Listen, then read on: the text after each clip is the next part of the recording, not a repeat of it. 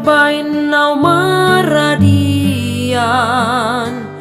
sonang hu hilala haki lambeha mahaso nangani molobongot hita sogot lau tu surgo wi.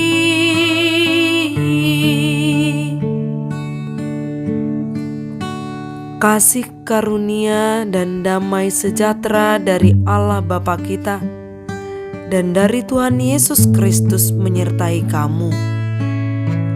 Firman Tuhan pada hari ini tertulis dalam Kisah Para Rasul pasal 20 ayat 10. Tetapi Paulus turun ke bawah. Ia merebahkan diri ke atas orang muda itu, mendekapnya dan berkata, "Jangan ribut, sebab ia masih hidup." Demikian firman Tuhan.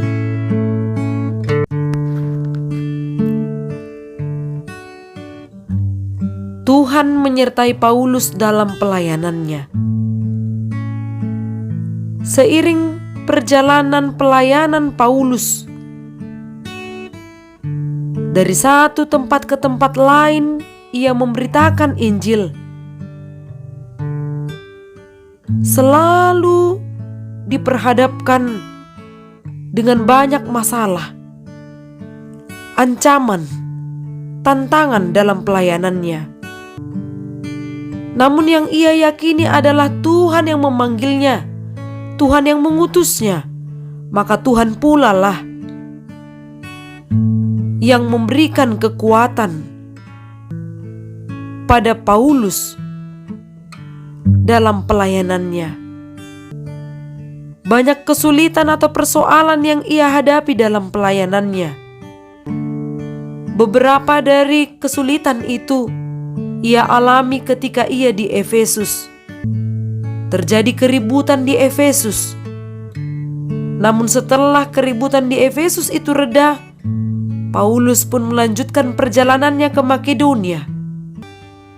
Niat tulusnya untuk menguatkan saudara seimannya, para murid-murid,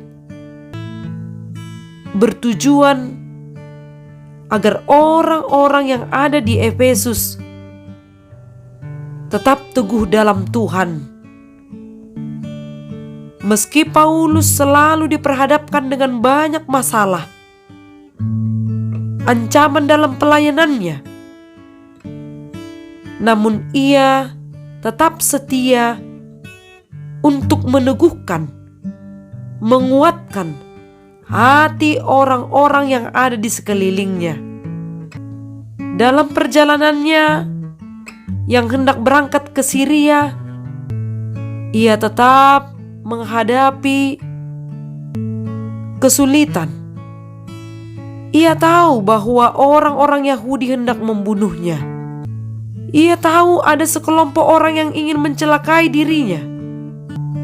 Tujuan orang-orang itu untuk menghalangi Paulus memberitakan kabar baik tentang Yesus.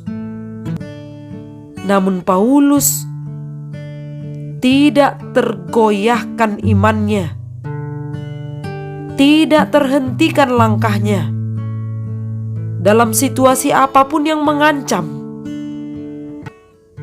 Tidaklah membuat niat Paulus surut atau berkurang untuk mengunjungi orang-orang percaya di setiap tempat yang disinggahinya. Ternyata ketika di Troas, ia tiba di tempat itu. Ia melakukan pengajaran melalui khotbahnya. Namun ketika mendengarkan khotbah dari Paulus, ada seorang muda bernama Eutikus duduk di jendela. Karena Paulus amat lama berbicara, orang muda ini tidak dapat menahan kantuknya. Ia tertidur lelap dan jatuh dari tingkat ketiga ke bawah. Melihat kejadian itu, Paulus segera menolong menghidupkan kembali pemuda tersebut. Pertolongan yang Paulus lakukan bukanlah karena kemampuannya, sebab apapun yang terjadi, termasuk ketika ia menghadapi Eutikus yang jatuh dari tingkat atas ke bawah, itu semua adalah di luar dari kendali Paulus. Namun Paulus menyerahkan segala sesuatunya, setiap pelayanannya hanya kepada Tuhan. Tuhan memberi kuasa dan menyertainya dan menjadikan orang muda yang jatuh itu tidak mati. Orang muda itu masih hidup. Yang mau kita perhatikan bahwa Paulus tetap melakukan pelayanannya dengan ketulusan hati. Niscaya Tuhan akan memperlengkapi kita dengan kuasa-Nya. Sama seperti perjalanan pelayanan Paulus. Di tengah rintangan yang menghadang, ia selalu menemukan jalan keluar sebagai bentuk penyertaan Allah. Jangan biarkan tantangan melunturkan tekad kita. Teguhkan hati untuk menyatakan kehendak Tuhan dalam hidupmu. Niatmu yang tulus untuk dekat dengan Tuhan, memohon kepada Tuhan membimbing langkahmu, agar apapun yang engkau kerjakan senantiasa membawa hasil yang baik.